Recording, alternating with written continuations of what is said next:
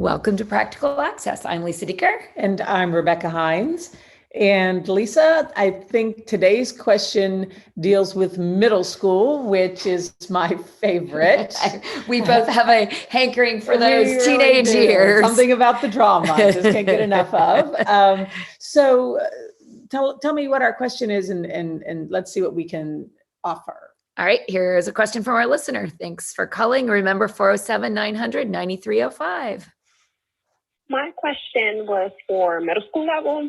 And, I was just looking for strategies to engage and support students with modified curriculum remotely. Thank you. Great question.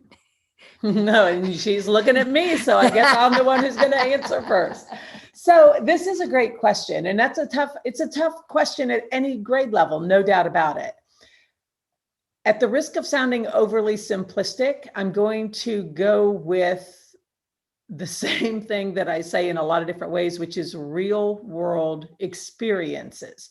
So let's set aside for a moment some prepackaged curriculum. And let's think about this as an opportunity to revitalize what we do. I'm currently teaching an undergraduate class. They're going to be teaching a space unit to high school students with significant disabilities at a local school. And so I'm trying to compel them to do things like go out at night, do a walkthrough, film the sky, film what you see. Let's talk about what space is.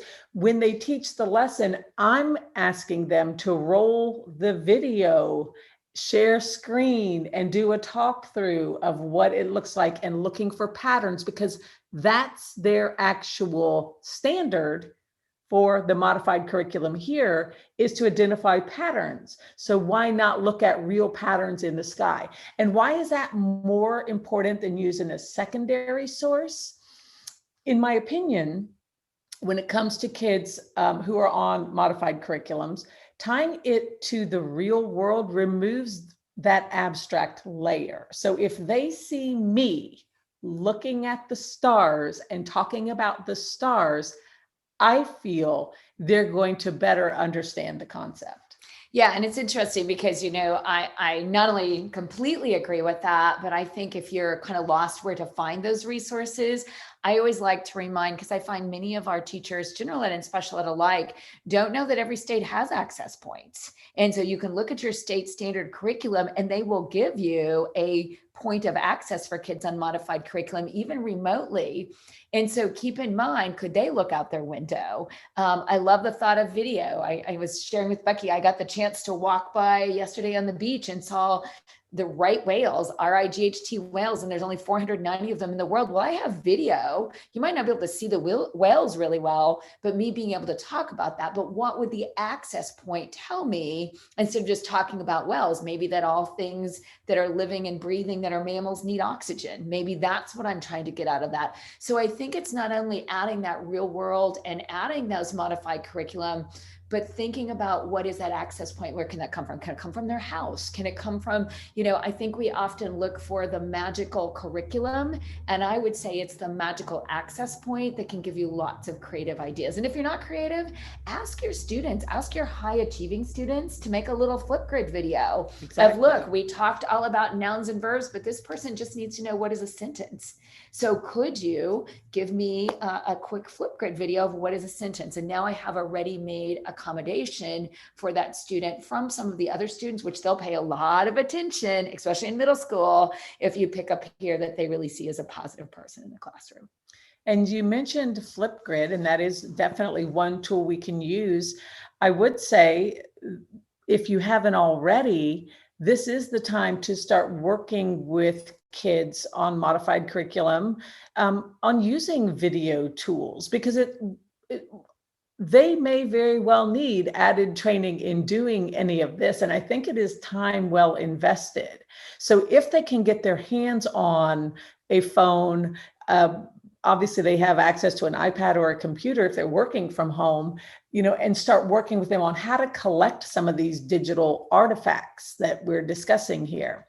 So think about, extend it to any content area. If we're talking about, consumer math, for example, why not videotape myself making decisions while shopping and doing price comparison? And again, by putting myself in the video as the person leading this, it's going to make a little more sense to some kids who may struggle more. And once they see me do it, challenging kids to go out and find digital artifacts, show me an example of, take a picture of, show me in your yard an example of. So I think tying it to real world for me is always the first step.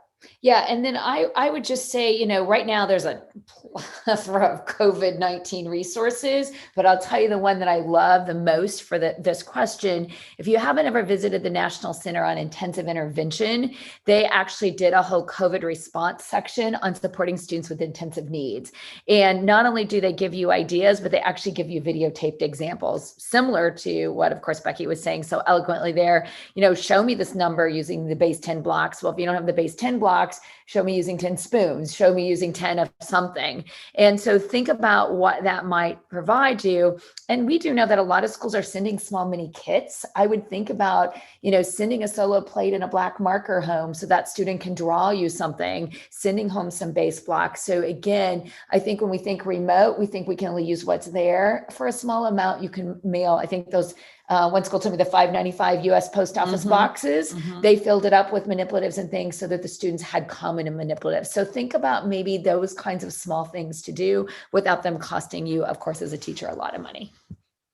I think that's really important, Lisa, is to make sure that the kids have access to the tools they need, even if it's small scale. And it seems like something everybody would have in their house. Yeah. To that end, I think my final thought is we as special educators, those of us who are in special ed, I think we need to kind of take the lead on this. Nobody's necessarily thinking about our kids on the modified lesson plan at a time when things are so chaotic for everyone. So I implore anybody who works with that student population, look for each other. Literally, look online.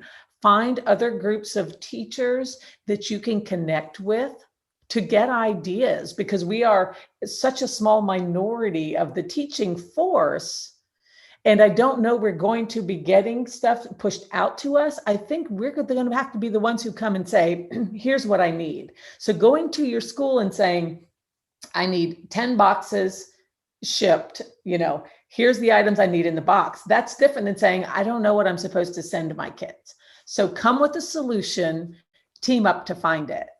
So I think the message is we need to be the pushers in a good way, but to push those things out there. And I love that idea, Becky, that, again, you're always really good to say, come with the solution, not the problem. And I think that's really where we're at. So again, if you have ideas to share, don't be shy in putting them on Facebook or tweeting them out on our Twitter at Access Practical.